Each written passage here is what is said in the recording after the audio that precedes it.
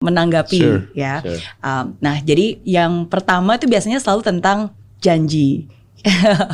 Ya, jadi pertama itu tentang janji, hutang janji ya kan, jadi tentang hutang ya biasanya. Pertama adalah hutang janji, berawal dari ketika Pak Sandiaga Uno sharing bahwa ketika pas lagi gubernur, wakil gubernur waktu itu ada perjanjian antara Pak Sandi, Pak Prabowo dan Pak Anies gitu. Dan sebenarnya nggak menyebutkan isinya apa, tapi masyarakat melakukan rumor dan bilang bahwa salah satu isinya bahwa Pak Anies nggak akan nyapres kalau Pak Prabowo nyapres.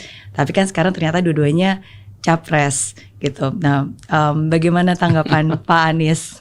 Ya, sebenarnya sederhana. Pak, saya sampaikan pada waktu mulai bekerja bahwa saya akan fokus di Jakarta 5 tahun. Saya akan fokus Jakarta 5 tahun. Dan sesudah Pilkada 2017 itu ada Pilpres 2019. Ya. Jadi saya sampaikan saya tidak akan tengok kanan kiri. Saya akan full 5 tahun di Jakarta. Karena itu saya tidak akan mengikuti Pilpres. Walaupun Ibu Mary kalau ingat ya pada saat debat pertama, debat calon gubernur loh. Jadi bukan debat calon gubernur.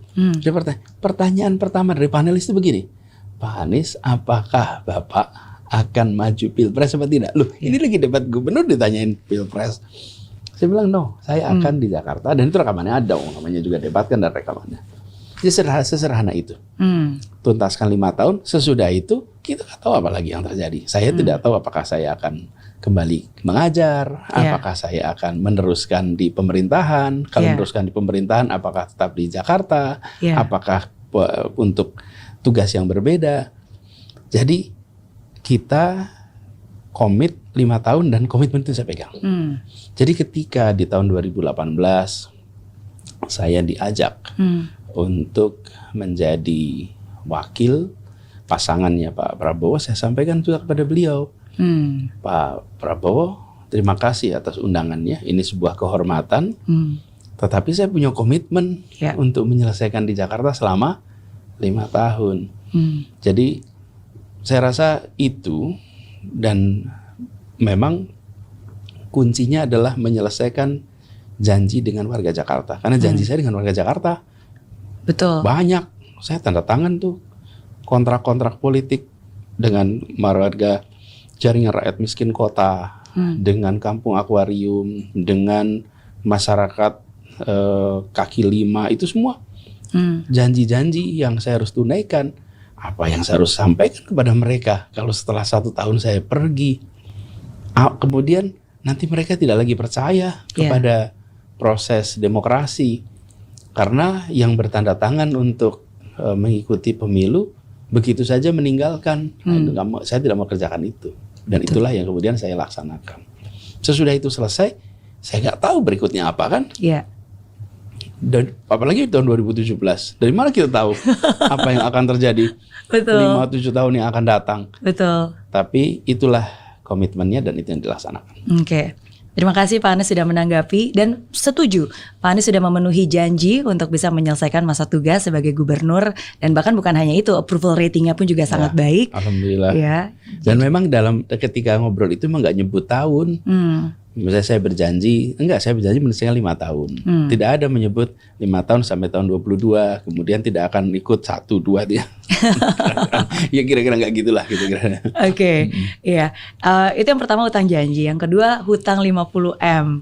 Yang terakhir Pak Sandi menyebutkan setelah didoakan dan juga dipertimbangkan, didiskusikan dengan keluarga, beliau ikhlaskan hutang 50M itu. Menurut tanggapan Pak Anies? Jadi begini, pada masa kampanye itu banyak sekali yang melakukan sumbangan. Banyak sekali. Ada yang kami tahu, ada yang kami tidak tahu. Dan ada yang memberikan dukungan langsung kepada apakah relawan, apakah tim. Nah, kemudian ada pinjaman, sebenarnya bukan pinjaman, dukungan yang pemberi dukungan ini meminta dicatat sebagai hutang. Jadi dukungan yang minta dicatat sebagai hutang. Lalu kami sampaikan, bila ini kan dukungan untuk sebuah kampanye, untuk perubahan, untuk kebaikan. Bila ini berhasil, maka itu dicatat sebagai dukungan. Bila kita tidak berhasil dalam pilkada, maka itu menjadi hutang yang harus dikembalikan. Oke. Jadi itu kan dukungan tuh. Nah, siapa penjaminnya? Yang menjamin Pak Sandi. Jadi uangnya bukan dari Pak Sandi. Itu ada pihak ketiga yang mendukung. Kemudian saya menyatakan, saya ada suratnya, surat pernyataan hutang. Saya yang tanda tangan. Dan di dalam surat itu disampaikan, apabila pilkada kalah, maka saya berjanji, saya dan Pak Sandiaga Uno berjanji mengembalikan. Dan saya dan Pak Sandi, yang tanda tangan saya. Apabila kami menang pilkada, maka ini dinyatakan sebagai bukan hutang dan tidak perlu, jadi selesai lah. Gitu, itu bentuk dukungan ya, dan sudah selesai, betul. Jadi itulah yang terjadi. Makanya begitu pilkada selesai, menang selesai. Saya ingin garis bawahi Bu Mary di sini. Kenapa kalau kalah malah bayar? Iya, kenapa? Kan kalau kalah bayar. Iya. Biasanya orang berpikir kalau menang bayar gitu. Iya, udah kalah bayar lagi. Aduh, itu kan lebih beban lagi. Ya, biar motivasinya lebih serius. Kalau kalah, maka saya akan berada di luar pemerintahan. Maka di situ saya cari uang untuk mengembalikan. Mungkin saya bisnis, mungkin saya usaha apapun supaya mengembalikan. Saya di luar pemerintahan. Kalau saya menang, saya masuk pemerintahan, saya tidak cari uang di pemerintahan untuk membayar itu. Kalau tidak, saya harus ngumpulin uang bayar hutang. Lah, bukankah ini yang menjebak kita selama ini? Betul. Dengan segala macam praktek-praktek fundraising untuk apa? Untuk biaya pilkada. Kemarin sebaliknya, bila kalah maka saya di luar pemerintahan, sah dong cari uang. Betul. Sah dong berpunya usaha.